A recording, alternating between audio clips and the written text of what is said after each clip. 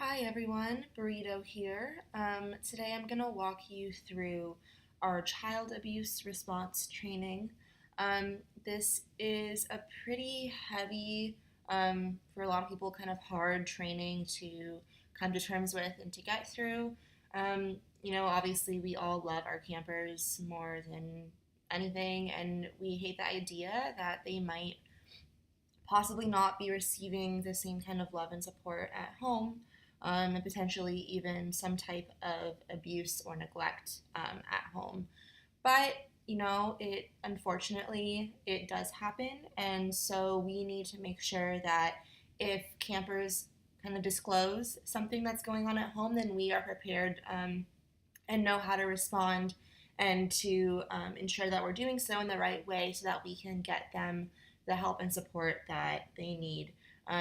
Camp is a really, really fun week. We already have some heavy topics sometimes come up, related to their parents' cancer, but there might be some other things going on at home that we don't know about that we find out about throughout the week at camp. So that's the point of this workshop. As usual, I'm gonna do a quick, little overview and some things you should know going into this workshop. So the purpose is to give all of you guys tools for recognizing, reporting, and preventing possible child abuse.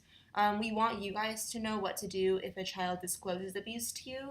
We want you guys to be able to recognize and properly report signs of child abuse. So some behavior that seems a little bit odd to you, for physical abuse, and we'll get into this, but maybe some markings on their bodies, just so you guys are on the lookout and are aware of what some of these signs might be if a child is not directly disclosed to you, and also to protect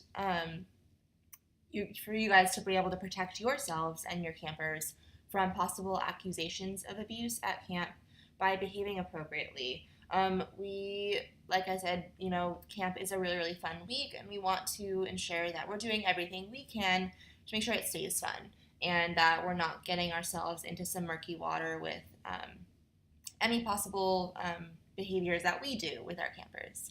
So this is a bit of a longer training. I don't anticipate it taking the full 2 hours, just since it is over video and it's less interactive than it would be if it were in person. But please, if you feel yourself kind of fading out during this video, please pause, take a break. It is heavy material, but this is one of our most important workshops with regards to ensuring the safety of our campers. So we want you guys to be paying as close attention to all the material that we're administering in this training as possible. So, like I said, it's information heavy, but we want you guys to really pay attention and, as hard as it is, kind of come to grips with the fact that this might be something you have to deal with at camp. No one wants to think that kids are being abused, but according to the CDC, which is the Center for Disease Control, it's estimated that 1 in 5 children in the U.S. experience some form of maltreatment in their lifetime. And if you think about the number of campers that we have in each of our cabins, this means that, statistically, or based on probability, more than one camper per cabin is experiencing some type of abuse. And I will go into detail about what the different types of abuse are so you guys are informed on that front. So it's not an easy session to get through. It's not fun, like maybe the empowerment or the cabin chat ones are a little bit more fun. But it's critical for your roles as camp counselors to be able to detect signs and to be able to take the right steps if you do think that there is something going on related to abuse at home.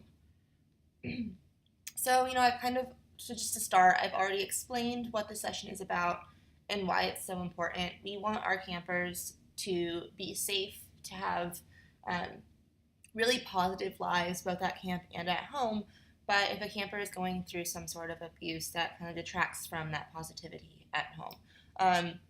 So this session is about keeping campers safe and protecting yourselves from accusations, as I said, and it's critical information. Might be hard to hear, might be hard to get through, but just so you guys know, more than 15% of all situations that occurred in 2017, so that was last year's camp, and situations are things that we'll go over this in our pre-camp training, but situations is a type of occurrence at camp that has to be reported.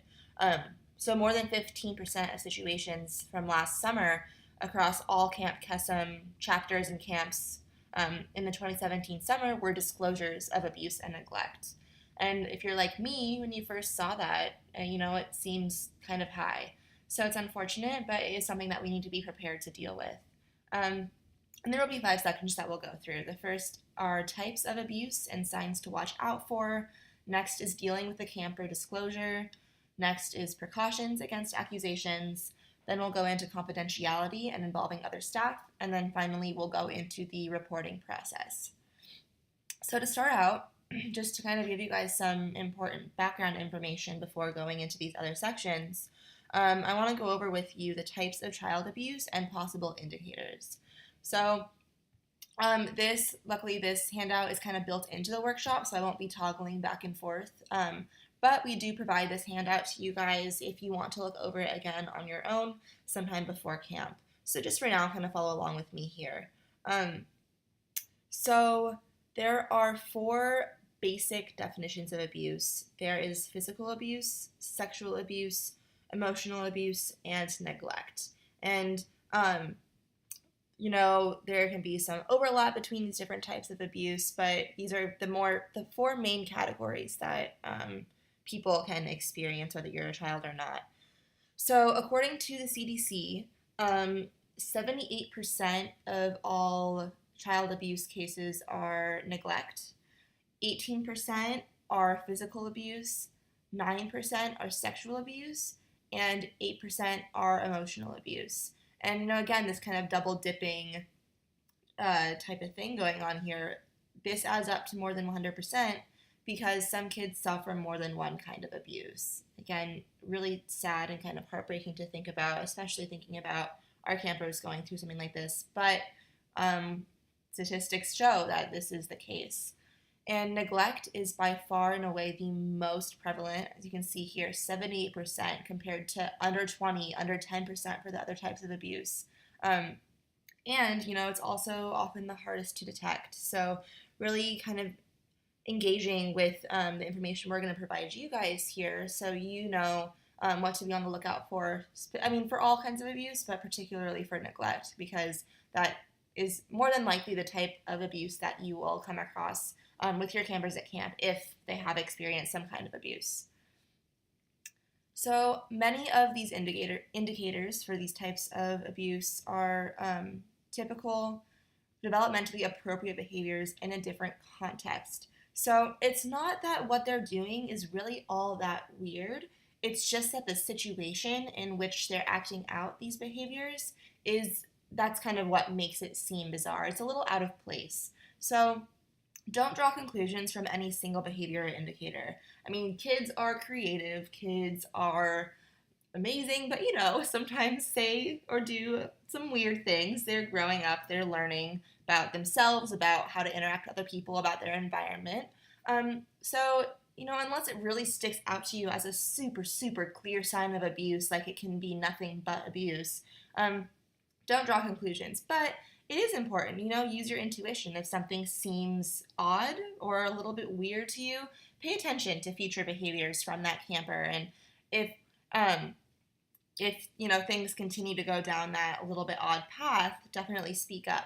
But if you do see something, again, don't draw conclusions, but you do need to say something to your camp advisor. And again, this is just so similar to our homesickness workshop. If you sense that you have a camper that is homesick, tell other people. Same thing here, just on a more serious scale, because we want to make sure that we're having everyone be on the lookout and kind of putting up your sensors for noticing anything else or any disclosure, anything that might happen with the potential of a child experiencing some sort of abuse. So we're going to go over the physical and behavioral indicators of each of these 4 types of abuse. Again, we're going to focus mostly on neglect, but they're all important. They're all things that you might see at camp. And some indicators that might be pretty typical in other contexts. as I was saying before, it's not the behavior itself that's weird, it's just the situation in which it occurs is weird. So we'll get into this. But first, just to start off this section, remember that children are entitled to an environment in which their physical and emotional needs are met, and threats to emotional and physical security do not exist. This is, by and large, one of the most important aspects of the environment that we foster at Camp Kesem. We are supportive and we offer love and a sense of community. That's kind of our main goal, is to give kids a support system, but we can't do that if they're in an environment where they're not safe physically or emotionally. So most state laws mandate reporting cases of known or suspected child abuse, and this is kind of where reporting comes into play for us. These laws exist purely to protect the child. It's not to get anyone else inherently in trouble, but because children deserve this environment where their physical and emotional needs are met and threats are non-existent, it's required that we report anything that we notice. So we have a legal and moral responsibility to report any abuse, physical, sexual, emotional, of a child that has been discovered at camp, whether it happened at home or during camp. So aside from the legal side of it, that laws mandate reporting, we have a moral duty. Our campers they mean a lot to us, and because of that, it's kind of our job to ensure that their well-being is being preserved. So if you believe that a child has been abused, or if a child directly tells you that they're being abused, you must immediately report this to your camp advisor, MHP. Either one, whichever one you feel more comfortable with, they will both, end up finding out about the situation either way. But you have to tell somebody.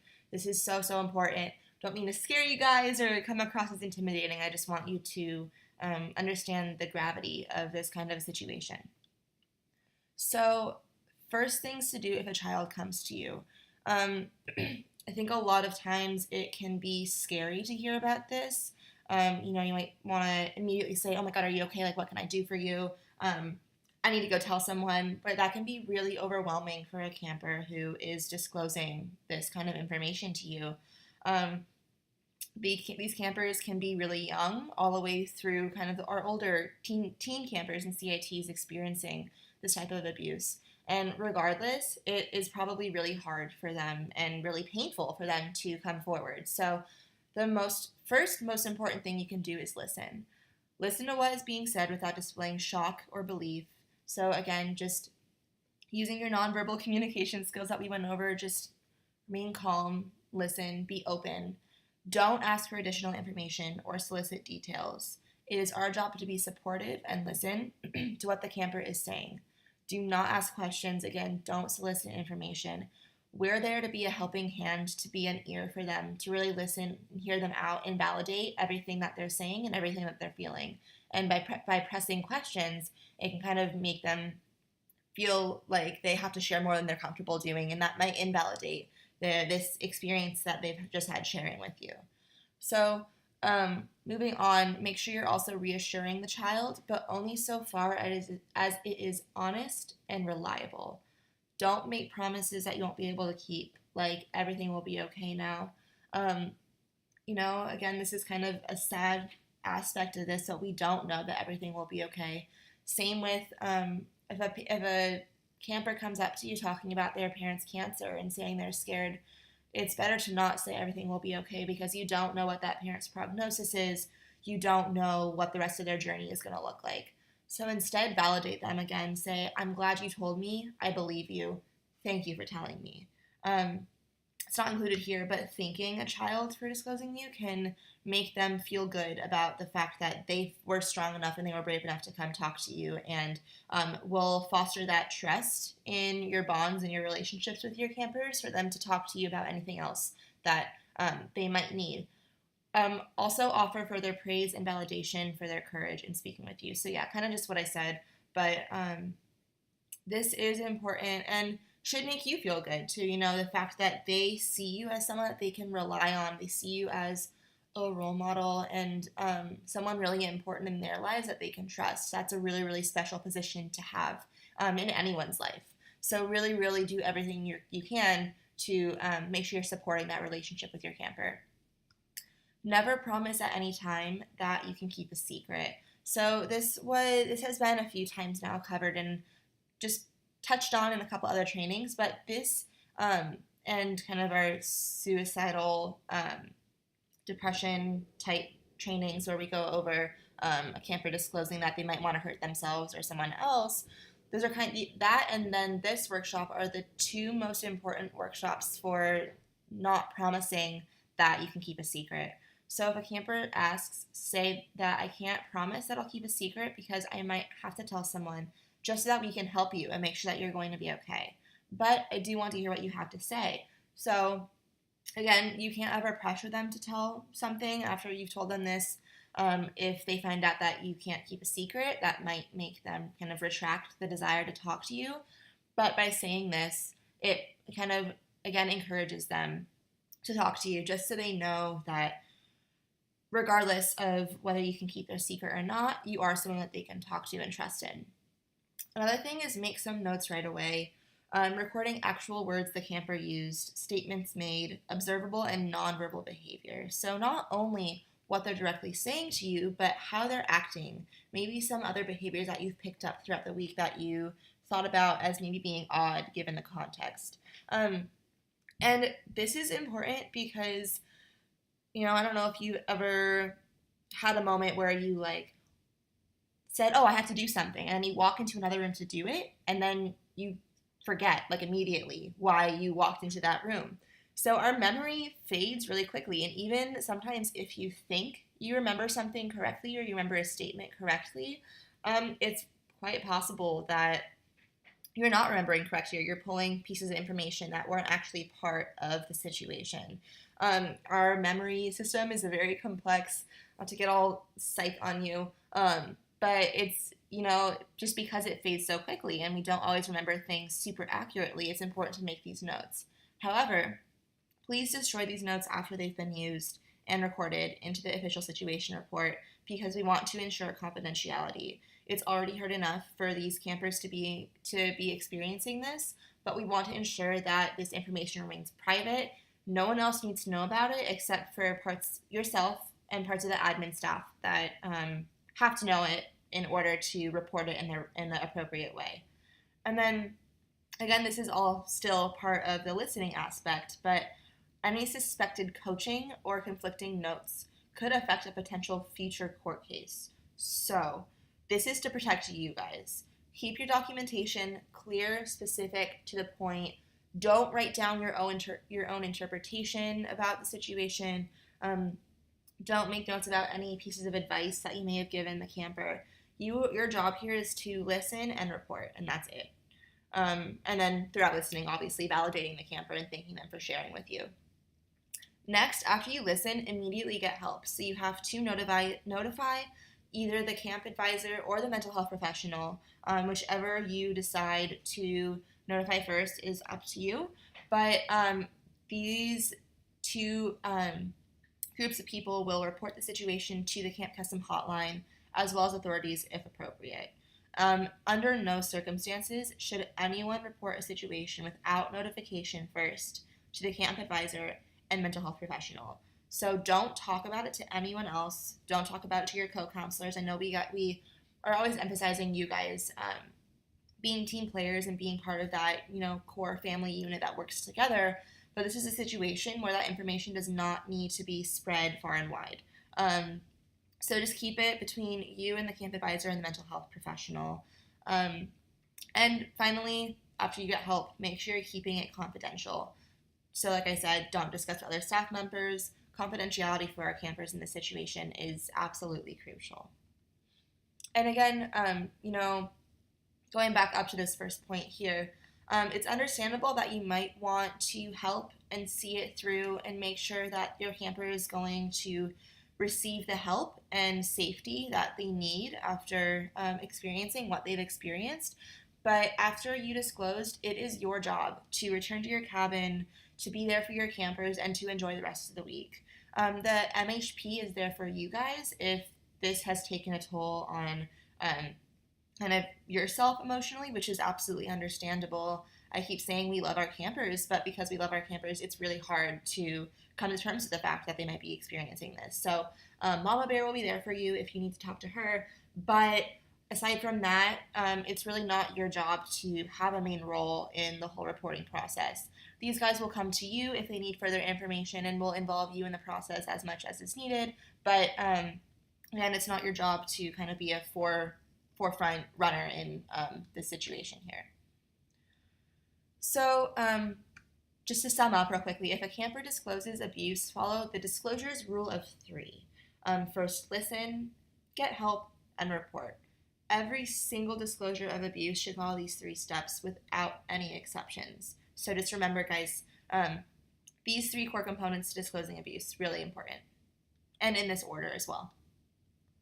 So here we can get into kind of some murky water. It can be a bit of a tricky situation if a camper discloses in front of other campers. So if this happens, first, don't panic, please. It's shocking information to you, but it's also shocking to the rest of our campers. And in kind of an interesting sense, if a camper discloses in front of other campers, this means that they don't only see you as someone they can trust, but they feel comfortable enough with the rest of their cabin to share this information, this really, really personal, painful information with everyone.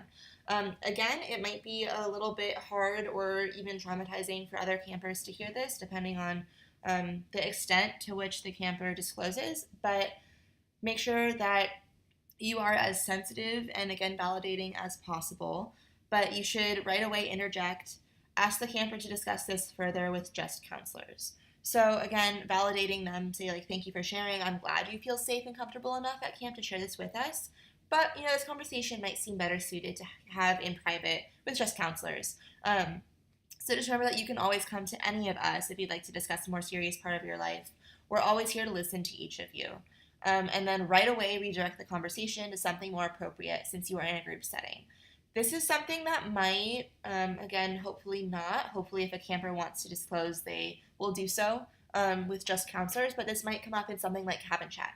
So, you're having this group discussion with some main topic or some main question or thing to reflect on, and everyone's sharing, and cabin chat does get deep sometimes, so it might be natural that if a camper is going through something really hard, in addition to dealing with their parents' cancer, they might feel inclined or feel the need to share.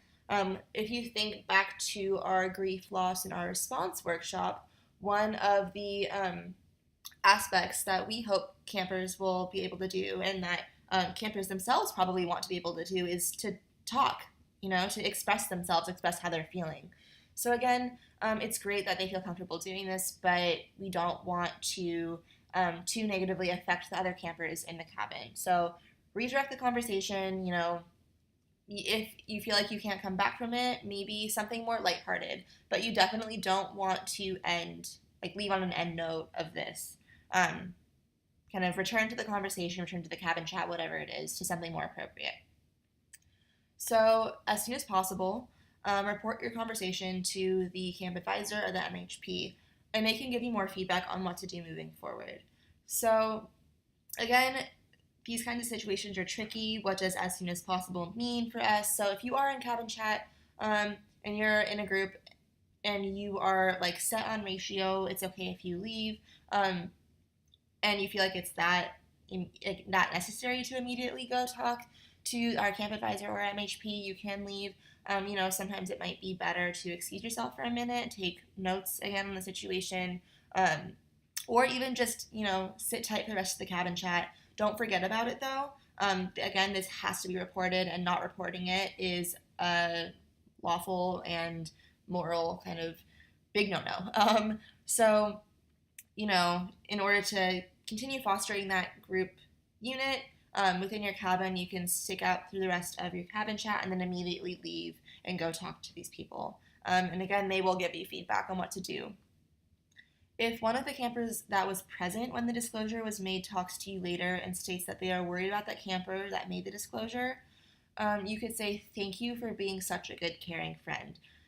Since this is a private matter, I don't think we should talk about it, but you can be sure that Camp Custom always is here for you guys. We do everything we can to look out for campers' well-being, and we put that above absolutely everything else.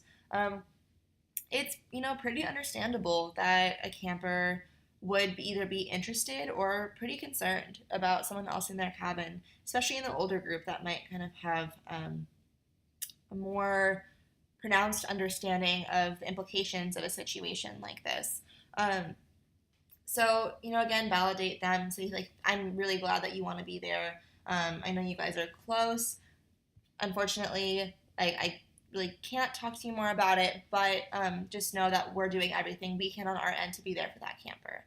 And if that camper wants to discuss further because it brought out some specific feelings, ask if they're okay with you bringing in the MHP to discuss further. So, sometimes one camper talking about something they've experienced can enable or validate other campers to talk about maybe similar things that they've experienced. So if this is the case, then you definitely want, and throughout all of this, you want to involve the MHP. But yeah, this is particularly a situation in which right away you'd want to involve Mama Bear. So, and then, again, following the same disclosure rules, if a camper discloses in front of other campers, if a camper then comments on what the other camper said during that group setting, report this as well to the CA or the MHP that a camper made an inquiry based on the original disclosure. Again, this is just to track how everyone is doing at camp and if we might need to keep an eye out on any of our other campers given the situation. Moving on to reporting, confidentiality, and parents. So, when a camper discloses abuse, there are 3 levels of reporting that need to happen every single time. So, this first one is the most crucial for you guys because this is your job. This is where you are heavily involved. So, you are a camp counselor that hears something, a camper comes up to you, trusts you, discloses this to you. So you immediately, as soon as you possibly can, report this to the camp advisor and the MHP. Next, what will happen is that the people on the admin team, including camp advisors, MHP, will report to the Camp Kesem National Hotline to help navigate next steps and guidelines for the situation. And, then these guys, Camp Kesem Nationals, whoever else is involved up there, will take it on to reporting to CPS. Again, I know this is really serious stuff and kind of hard to think about, but this reporting kind of trifecta is really important. So confidentiality, we've gone over this a little bit, but as a camp counselor, the only people you should tell are the MHP and the CA. So since the information is private, it has to be treated as secret. So this is really the only time that we can, quote unquote, keep secrets at camp. If you have a camper that asks if you can keep a secret, this might be a situation where you could say, well, I can't promise that I can keep your secret just for me if I'm concerned about your well-being, but I can ensure that it will only be communicated from me to a couple other people. Again, don't mislead them because it is something that will then be reported later on to the rest of the people involved in this whole scenario, but can be a good way to, again, emphasize the trust that they can have in you. So unless the camper is in imminent danger from someone at camp, no one else needs to know. However, if a camper is in imminent danger for someone at camp, contact local law enforcement immediately. We really need to get these people involved. Again, kind of scary to think about that happening. Unfortunately, as far as I know, we haven't really had big situations like this, at least last year. But it's still good information for you guys to have on hand just in case something like this does come up. And again, in this situation too, if you really feel that you need the help, find another co-counselor and tell these guys. But if you feel that you need that extra hand, you can tell a co-counselor that you are really close with, that you trust, will not tell anyone else to help you out in the immediate situation. And then the camp advisor, given that this is going on, will be in consultation with national staff. and they will then determine if other staff members should know. 99% of the time, it is unnecessary. It really is important that we're keeping this as confidential as possible. So a lot of times things will happen at camp and you don't even know about it, and that's totally okay. There's no need to know unless you're directly involved.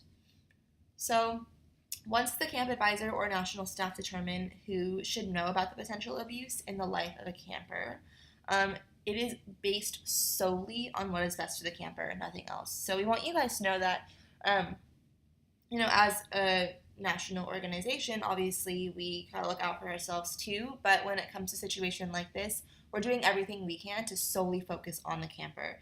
It's not personal.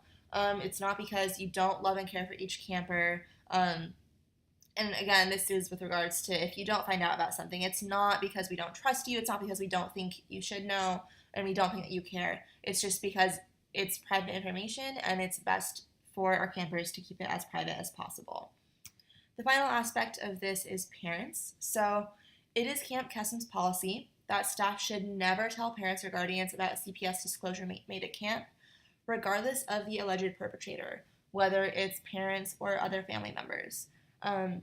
If there is an exception to this policy, it will be determined by a hotline operator. One exception to this is if the abuse has been done by someone at camp.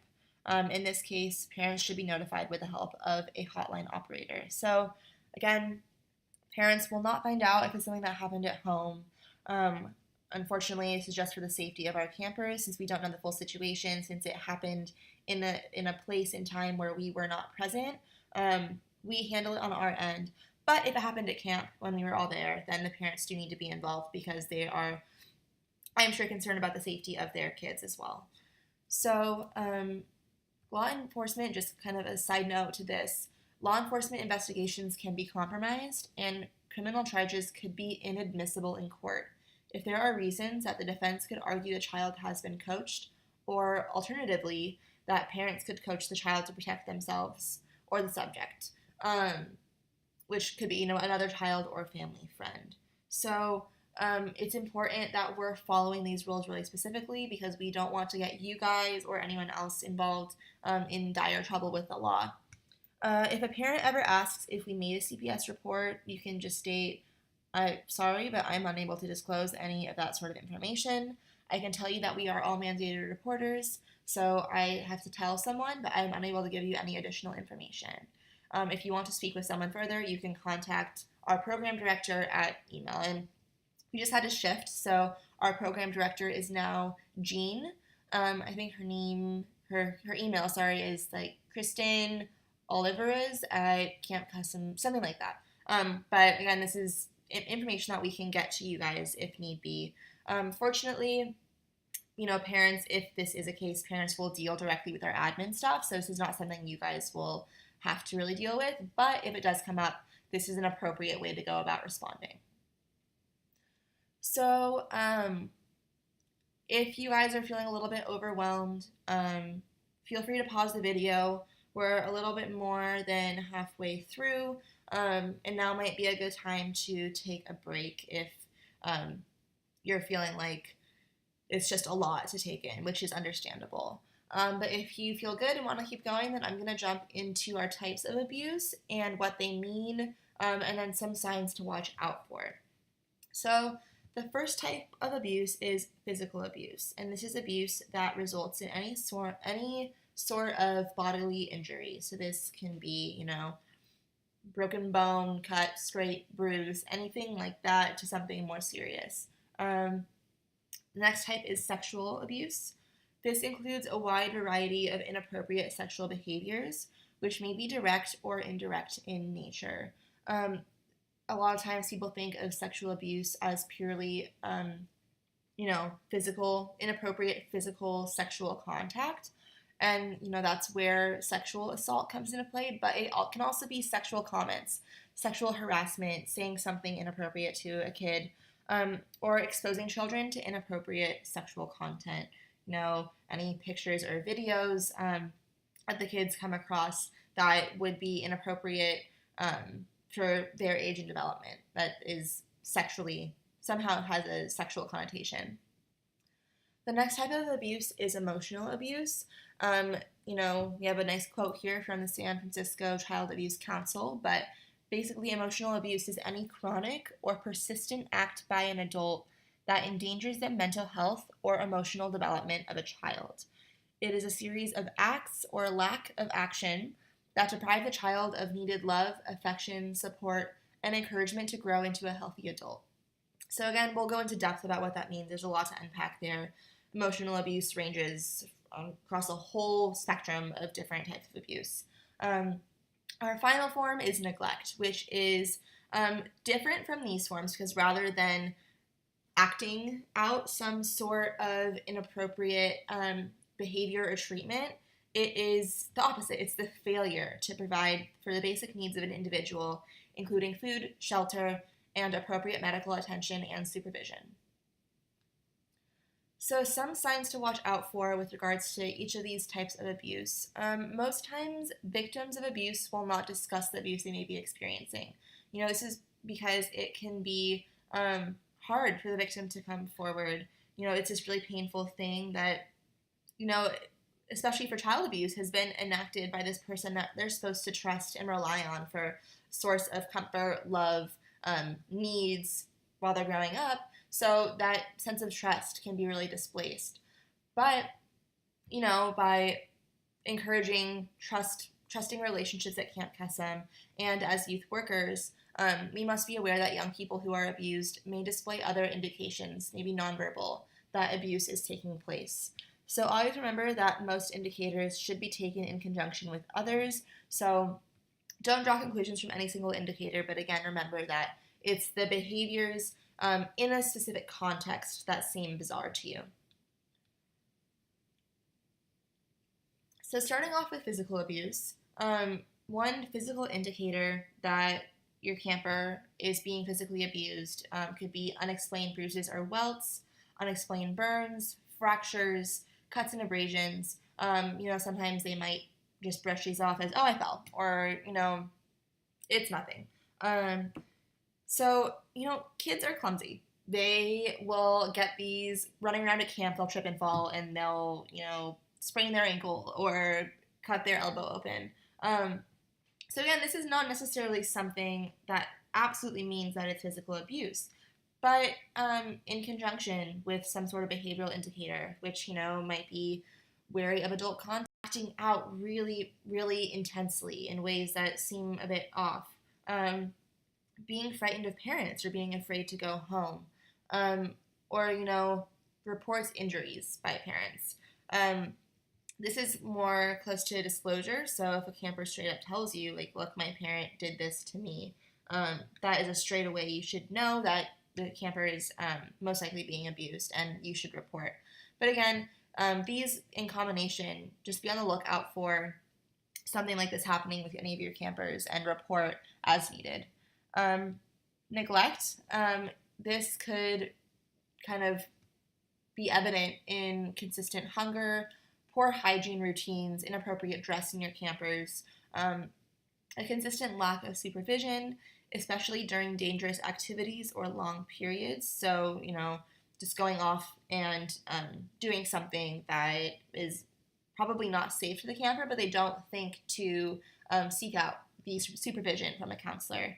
Constant fatigue, so being tired all the time, being very sleepy, falling asleep maybe at activities. This is a particular one where, especially for your young campers who are, still developing, maybe still have nap time, just because they're tired doesn't mean that they're being neglected at home. But again, it's this combination. And then again, the combination in an odd context. Another one is unattended physical problems or medical needs. So you have a camper that has some sort of scrape that got infected and it's now really affecting their health. Something like that, and abandonment. And again, some of the behavioral indicators for neglect could be begging, stealing food, having extended stays at school, early arrival or late departure. This is one that sticks out to me. Growing up, I had 2 working parents, so sometimes I had to be dropped off early or leave late. That doesn't mean I was neglected. It just means that my parents had full work days. So Again, this does not mean that your kids are being neglected. It's just one potential aspect of an indicator of neglect. Maybe constantly falling asleep in class, or for us, constantly falling asleep during activities, premature alcohol or drug use. We do have campers that are in high school, but legally, none of them should be able to be drinking. So, and I mean, for us too, a lot of us are over 21 at this point, or are 21, about to be 21. But we're not allowed to have alcohol or drugs at camp. So if you notice any of this, that might be a little bit strange in your campers. Delinquency, so again, acting out, causing trouble, or even stating, again, type of disclosure that there are no caretakers at home for the camper to be looked after.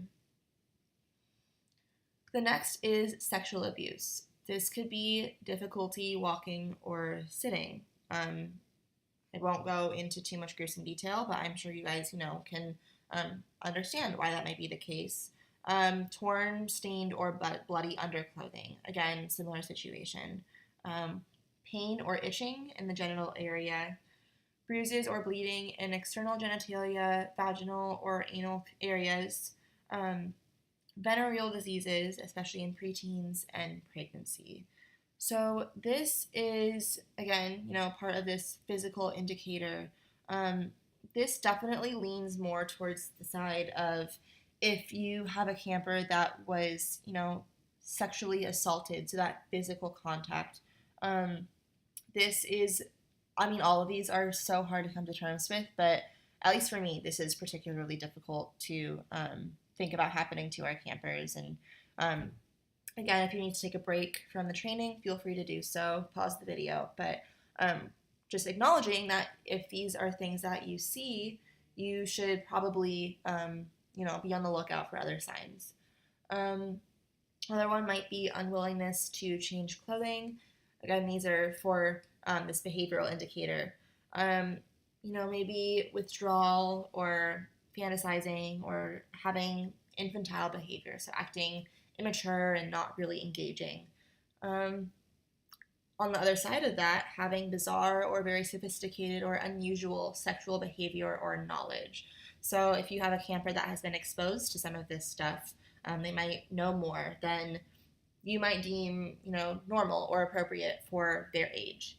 Having poor peer relationships, so trouble making friends. Again, this is another big one. It doesn't mean that they're being sexually abused. Sometimes cliques form at camp. We try our best to make sure that doesn't happen. And if we notice it happening, we try our best to stop it. But, again, just a potential indicator for sexual abuse. Delinquency or running away, and reports sexual assault. Again, this disclosure by a caretaker. And then finally, we have emotional abuse. So, emotional abuse, again, can range anywhere from gaslighting, which I don't know if you guys know that term. It's a term that refers to if you are have some sort of concern, some emotional concern, and you aren't comfortable with the way that you're being treated, something like that, something happened, and then you turn to the person that is abusive. In this case, it would be child turning to caretaker. They deflect on you. They say, no, it wasn't, I didn't do that. You did all of this, and that's the reason that happened. That's one form of emotional abuse. It can range from that to anywhere, someone being very manipulative and controlling. So some of the physical indicators that a child is being emotionally abused is maybe our habit disorders, sucking, biting, rocking, conduct disorders, which could be antisocial behavior or being very destructive, neurotic traits such as sleep disorders, speech disorders, inhibition of play. So these are things that, especially the inhibition of play is not something that you would normally see in a kid at camp. Psychoneurotic reactions, so hysteria, obsession, compulsion, phobias, hypochondria. These are some examples. And again, emotional abuse, just kind of going back up to this definition, it deprives a child of needed love, affection, and support and encouragement, and it endangers the mental health or emotional development. So if you see these physical indicators, that kind of make you question the mental health state of your camper, emotional abuse could be a potential explanation. And then behavioral indicators, behavioral extremes. Either on one end being overly compliant and passive and not really giving input or showing engagement. On the other hand, being very aggressive and demanding. Being overly adaptive. So, again, inappropriately adult for their age or inappropriately infant for their age. Developmental lags in either physical, mental, or emotional kind of arenas, or unfortunately, attempted suicide. And this is a kind of component where this reporting is also very, very critical. So now we're going to go into precaution against accusations against you guys, against other staff members while we're at camp. This is important because we want to ensure that, again, camp is a wonderful experience for everyone and that we're all behaving and acting appropriately with our campers and with other staff members so that we are not either wrongly or unfortunately accurately accused of something that we should have not been doing. So, again, this is the protection for all of our campers, all of our staff, volunteers, and visitors. Camp Kesem does not allow any isolated one-to-one interactions between Camp Kesem staff and a child inside any closed room, vehicle, bathroom, showering stall, or any other area that could be considered private. So I'm going to go over rules to ensure that we do not let this happen. Again, we have that super fun rule of 3. And, if you have a situation with a camper, say you have a camper that's homesick and you want to have a one-on-one conversation with them, that's totally fine as long as you're still in the site or in the public area where other people can see you. So to ensure everyone's safety, we want to make sure that if, again, I just said this, but if a staff member needs to speak with a camper alone, the staff should move the camper away from the group and stay in sight of others. If the camper is tired and wishes to lie down, the camper will be taken to the nurse. Again, you don't want to verge on the questioning, okay, so why is a camper lying down with a staff member? They should always go to the nurse if they're tired or feeling sick. If a camper needs to go back to the cabin to change clothes or to go to the bathroom, you must always bring another camper or counselor with you. Leave the bathroom door open. If a camper needs assistance with changing, showering, or using the bathroom, always have another adult with you.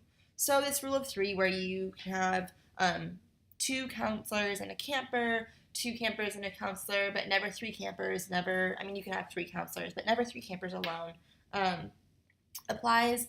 But if you are, again, in this situation where it's a little bit more private, you want to have another adult with you. That way, if something comes up, you have another adult to vouch for you and not just another camper that might, not speak on your behalf. It's important, so same thing here, have another staff member with you or present when supervising showers. So always at least 2 staff members. Keeping the bathroom door open and viewing both the camper sleeping area and the bathroom is an effective method. So if you want to, give campers privacy unless they, for some reason, need help. Something that we see is a little camper getting soap in their eyes and, you don't want to intrude on their privacy, but you might need to help them get soap out of their eyes. So keep the bathroom door open, kind of be in that intermediary area so you can help if you need to, but you also have other people around. When a camper is lying down on a bed, you can never ever lay down beside them. You can sit on the bed with them, but you must always be upright and you must have at least 1 foot on the ground. I know it's a pretty specific rule, but again, it's just to ensure that we're acting in ways that are appropriate, and even if you think it's appropriate, we want to make sure that it cannot be questioned and that we are following all rules to ensure that nothing can be spoken against you in these situations. Another one is do not ask or allow a camper to climb into bed with you, even if they are extremely homesick. You can, again, sit on their bed with them, rub their back, talk to them, but you can't lie down with them in any bed. Campers also have the right to reject displays of affection, hugs, arms around, if they feel uncomfortable about them. So I talked about this a little bit in another training, but not every child comes from a background where affection is openly displayed. So I think kind of the best rule of thumb here is either asking, hey, can I give you a hug? Or having campers come up to you. We have to respect every camper's wishes. This is a rule that we talk about a little bit throughout the year, and if we haven't to you guys, then it's an important one for you to know. You have to protect your own privacy. This is one of the reasons that we have camp names and not our real names. We don't want campers, necessarily finding out about who we are and what we do in our own free time, seeing us on social media. So you got to keep your private life private. There will be a natural curiosity about boyfriends, girlfriends, personal relationships, with some of the older campers, sexual activity. So use your common sense in discussing sensitive subjects with your campers. If you have if you're working with the girl cabin, like young teenage, maybe they're starting to express interest in relationships, and it's okay to talk about boys or girls. But if it kind of verges on the edge of what might be inappropriate or asking directly about your own personal life, it's better to not talk about it. So good rule of thumb here, if you would not have this conversation with a camper's parent present or with your grandmother, chances are you should not be having this conversation at all. So be cautious when discussing details of your own private life and within earshot of campers. Another thing here is that we're not allowed to friend or follow any campers on social media, and they are not allowed to do the same for us. They should know this, but if you at any point do get a friend or follow request, or if you have a public account and a camper follows you, you have to block them. Again, this is just to protect you guys. We also must respect the privacy of our campers. Do not become intrusive or more curious than is necessary to monitor the health and safety of the child. Again, it's natural to want to know more just to make sure that our campers are going to be okay, but we can't push them. They give us what they give us, and then we have to make sure that with the information that we have based on what they told us, we're doing what we can to help, but don't push. Also, allow the campers to put on their own sunscreen whenever possible. If you have young campers, typically older campers should be able to do this. If they ask for help, maybe on their back, that's a hard spot to reach. If they have an open back shirt or something, that's fine. But typically, especially with older campers, they should be able to apply sunscreen to themselves. But if you do need to help, always have other staff or campers present when applying sunscreen, and use spray sunscreen whenever possible. This just avoids, touching. Again, face is a place where it might not be super questionable, but other parts of the body can be interpreted as inappropriate, even if it was not your intention to have them come across in that way. Another thing that is prohibited at camp are piggyback rides for fun. And this is similar to, you can't have campers sit on your lap. This is, especially for piggyback rides, they're dangerous in terms of injury to you guys and to the campers, but, they have social implications, and it might make other campers feel left out, especially, if you, if a piggyback ride is needed for mobility, if a camper fell ill or hurt themselves and you need to carry them or give them a piggyback ride to the nurse or back to your cabin, that's different. But just for fun, it's not allowed. Do not, again, no sitting on laps. It might seem innocent. It might be what a camper wants. They want to feel close to you. They really adore you. This puts you in a position where particular parts of a camper's body or your body are touching inappropriately and can be seen very negatively by others, especially parents. Your campers get to know you really well and trust you, but your parents aren't there and don't know you as well. So campers, especially campers who have been abused via similar avenues, lap sitting, holding, and others who may see photos or the action from afar, again, it's this judgment. It maybe was not intended to come across in that way, but we just should not do it on the off chance that it is. And then, similar inappropriate touch comes with piggyback rides. You're holding someone, your hands, sometimes might be a little close to their butt or other areas that can be deemed as inappropriate. So it's just best to avoid doing these at all costs. Another end note for here, discipline administered to campers is expected to be approached in a positive way. So physical punishment, harassment, hazing, subservient tasks asked of campers, so, like as a way of punishment, telling them to do something demeaning or something, are absolutely unacceptable forms of discipline. So, we have all of these trainings. You guys have your expert online trainings that teach you how to communicate with campers, how to give direction without talking about the rules. But, camper might do something where it does require some sort of discipline. But it's always from a positive perspective, always, again, validating, lighthearted if possible, and then redirecting to give campers some sort of positive take on the experience. It can never be any of these forms of discipline. So just remember that child abuse is a serious criminal offense. As a staff with the responsibility of caring for children, you sometimes might be placed in a sensitive situation, which could make you vulnerable to charges of child molestation. This is why we have these rules, why we don't want you guys doing these things. But, sexual exploitation should not be confused with physical contacts that are true expressions of affection.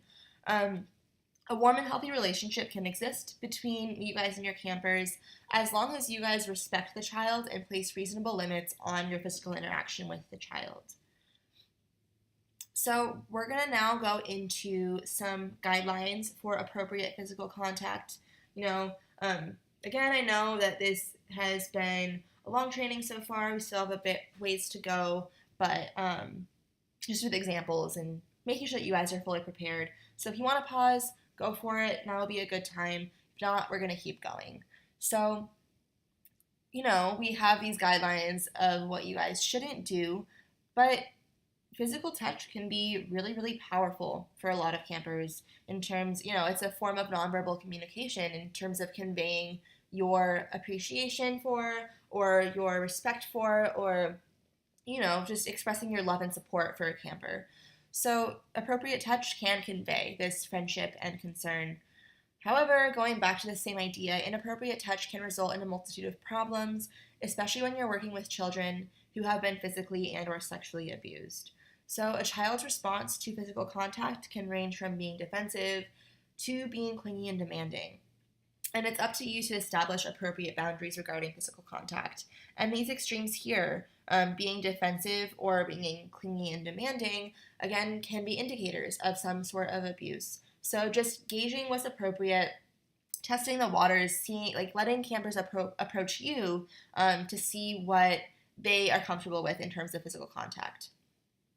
So to quickly go over some of the appropriate and inappropriate means of physical contact. So appropriate could look like sitting beside children, lightly and briefly patting a child on the back or arm, holding hands or interlocking arms. Again, this is when age appropriate, so especially for younger kids, this would be okay.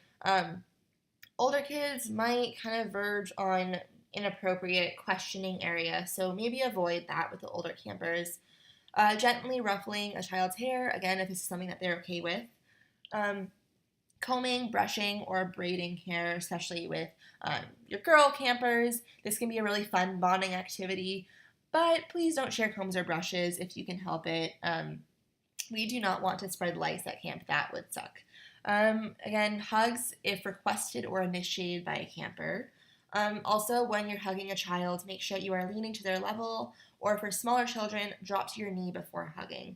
You do not want, again, this might be a little awkward or funny to think about, but you don't want a camper approaching you and hugging you if they're at a height that is somewhere inappropriate on your body. So make sure that you're getting at their level to hug a camper.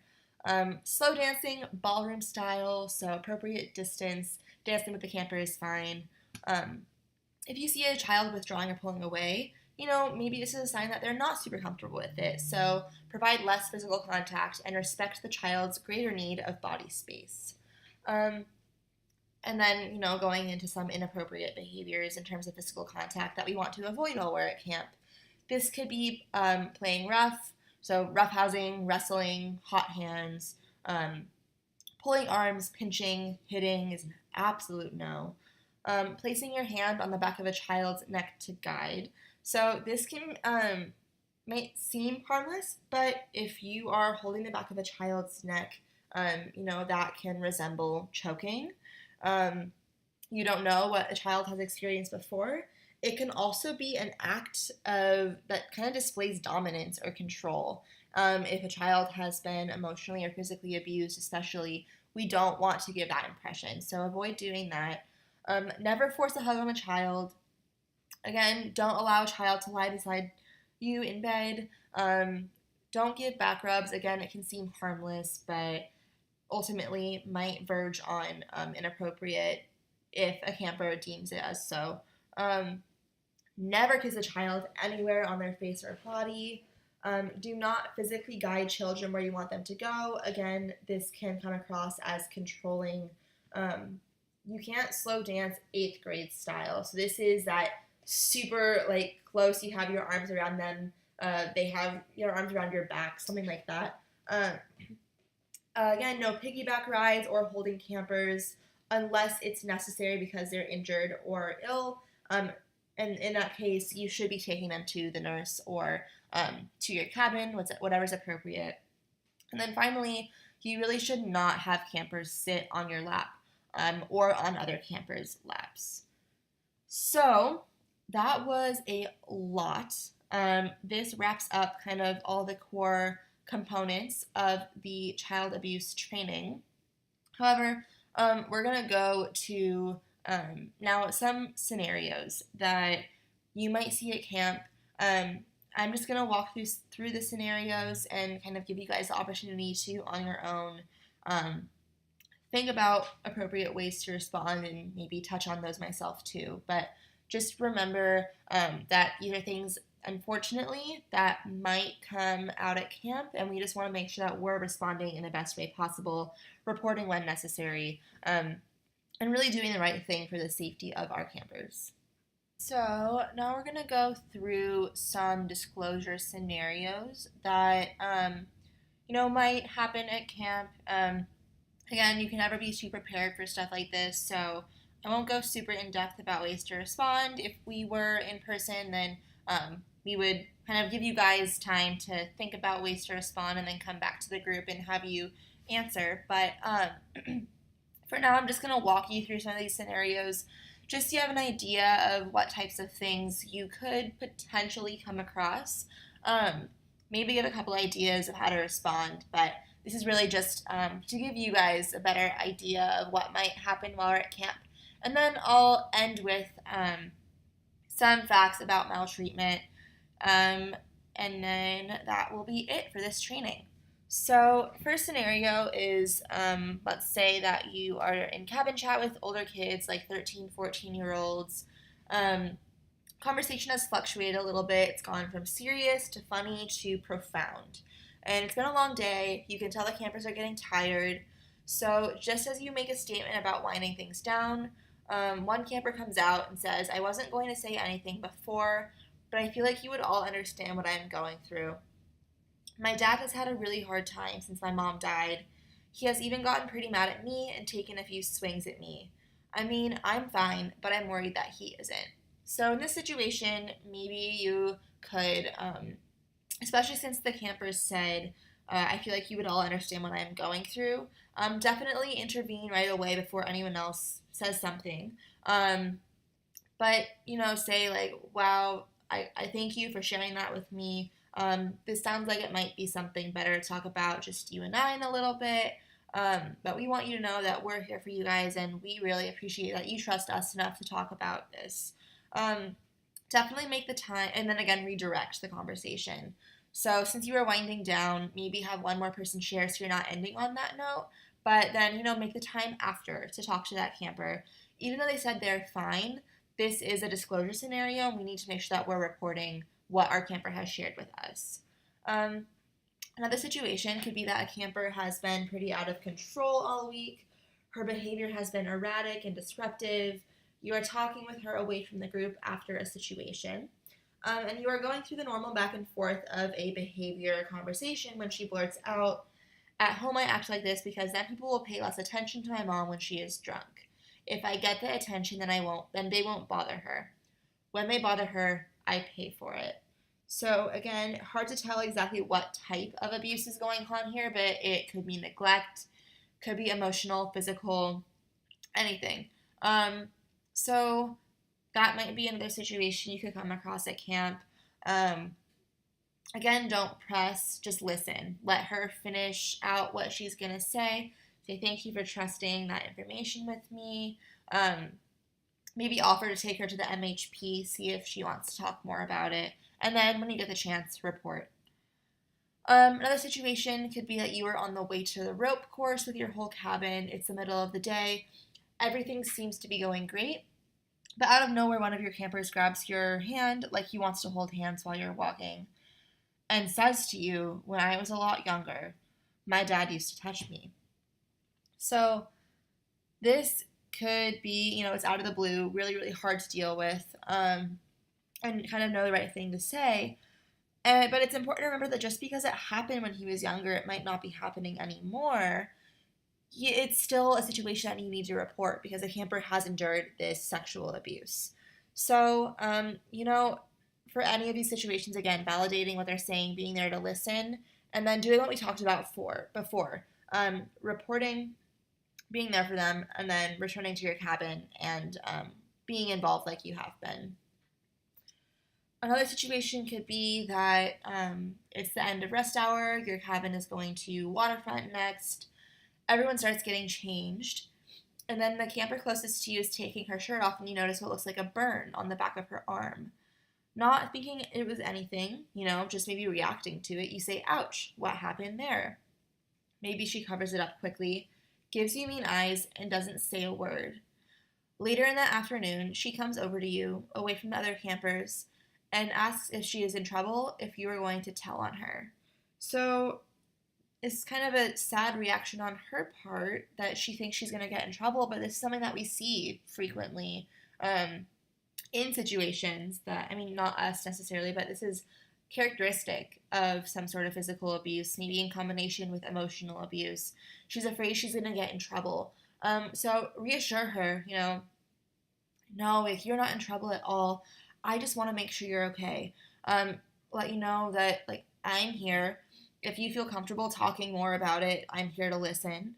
Let her know that, you want to ensure that she is getting the help and support she needs, that you're not going to tell on her to get her in trouble. You might tell you will tell a couple other people just so that they can step in and help out and make sure that she's going to be safe. So again, phrase it in a positive light. Not like she's going to get in trouble or anything, because that is definitely not the case. We're there to make sure she's going to be okay. Another situation could be that it's the evening of the first day of camp. Your campers are super amped up, pumped to be there. Everyone comes back to the cabin to get ready for bed and cabin chat. But you notice that a camper doesn't quite have the right stuff for camp. You ask him if he has everything he needs, and he says yes. But a couple of days later, you are talking to the same camper and ask about school. He remarks that, it's not going so great, he isn't doing super well. And when you ask why, he says that he never gets any help with his homework. When you kind of, you can ask, "Why don't you get help with your homework?" He says because his mom is never home at night, and he only sees her every once in a while or on the weekends. So a couple things to note here. You didn't jump to conclusions right when you noticed that camper might not have the right things for camp. You approach him about it, but he says, "No, I'm fine." However, this secondary conversation is an instance that, gives you more evidence to believe that this camper might be experiencing neglect at home. Another thing to note is that, you can ask these kinds of questions. You can say, "Well, why is this happening?" Or "Why might this be the case?" It's not pressing the camper directly for more information, but, offering open-ended questions so that way the camper can choose whether he wants to respond or not. And that's totally okay to do. Another situation is that maybe you have the youngest group of girls. It's most of the way through the week, and you can tell that they're getting pretty tired. Camp is a lot of fun, but it's super busy and can be a bit draining, especially for the younger campers. So, towards the end of the day, they start teasing each other pretty relentlessly. You try to stop them, but it seems that you intervene too late for one camper. She's really losing it, getting super upset. You pull her aside just to calm her down, and she says, "I hate those girls. They call me fat and stupid just like my mom does. I never want to come to this camp again." So, a couple things here. This camper has just expressed to you or just disclosed to you that she is being emotionally abused by her mom. However, she also says that she never wants to come to this camp again. We want Camp Kesem to be a positive, empowering, uplifting experience for our campers, and we want our campers to leave with, even if they don't return, we want them to leave with a really, really positive outlook of, what having that support system can look like. That way they're equipped with, some happiness, some cheer, and some support moving on from camp. So again, this is not about us, but this is about making sure that our camper is getting the support and love and the experience that she deserves out of Camp Kesem. So again, this would be a situation, just hear her out, listen to her, validate what she's feeling, but later in the week, get her involved in activities that she does like, nip the bullying in the bud, don't let it continue, and instead try to foster friendships amongst her and the other campers in her cabin. And then again, appropriately report the incident to the camp advisor and the MHP. Possibly you have a group of 11 to 12-year-old boys. However, you have noticed that one camper really likes to take the lead on things. He always seems to be looking out for everyone, has a lot of natural leadership skills. You're very impressed with him, and so after lunch, you maybe find yourself wanting or walking with him back to the cabin, and we emphasize that you guys should note positive behavior and really encourage campers that are exhibiting positive behavior. So maybe you say, "I'm really impressed with how you handle yourself in front of other campers. You are a true, real, natural leader. I think a lot of the other campers look up to you, and I just wanted to say you're doing a great job at camp." So maybe you aren't even approaching this scenario from, the perspective of thinking that there might be something going on. But this could be an indicator to you that something is. His demeanor completely changes, eyes drop, shoulders slump, starts walking slower, and he says, "I'm doing it here, aren't I? I'm just trying to be a normal kid. But I pretty much take care of everything with my younger brothers at home. I know I shouldn't try to do that here, but it's just what I'm used to." When you ask what he means, he says that his dad is never at home and works all the time. He has to cook, clean, bathe, and get his brothers to school. So this is a situation where maybe you just kind of stumbled across a camper disclosing neglect to you. We do talk a lot about how at home, sometimes campers, if they have younger siblings and their parents are going through cancer, they have to help out a little bit at home, grow up too quickly. That doesn't mean that your campers are being neglected, but the extent to which this camper does things for his dad at home, he has to cook, clean, bathe, get his brothers to school, really taking on all adult responsibility. This is definitely neglect. So, again, just because his demeanor changed, just say, "No, you are doing an amazing job at camp. You should feel free to have fun and do whatever you want to do. I think you are amazing. I'm impressed with what you're doing, and I don't think it's a bad thing that you are a natural leader, and it's something that you step into. But, if you want to take the opportunity to have a little fun and not take charge of things, this is a place where you can absolutely do that. Just know that I'm here for you and I'm here to support you." And then again, as always, report the neglect that you suspect to the camp advisors and the MHP. So next, you are a CIT counselor. You have 16 and 17-year-old kids. They have almost all grown up at camp, and they are a really, really tight-knit group. This is a situation for a lot of our CITs. They've been at camp before. They've been kind of in the cabin with the same campers throughout their experience with Camp Kesem, and so they're really close friends. They have a lot of fun together. Their cabin chats, though, have gotten really intense because they trust each other. Um, Maybe you overhear one of the campers talking about her boyfriend to another camper. You don't think much of it until later that night when the other camper approaches you. Unfortunately, she tells you that the first camper said she had been raped by her 19-year-old boyfriend a few months before camp. We talk about child abuse, and you typically think about adults or parents doing it, but this is a very, very possible scenario. Um, what I would do in this situation is thank the camper for sharing with you. Ask her if she's okay with this information. Say, you are an amazing friend for being there to, let that camper talk to you and really hearing her out. Thank you for sharing with me. If you feel like you need any support or help after hearing this, know I'm always here. Know that we can always go to the MHP for more help. This camper is probably concerned about the other camper's well-being, so you could reinforce that I'm going to do everything in my power to make sure that she's okay. We'll get the appropriate people involved.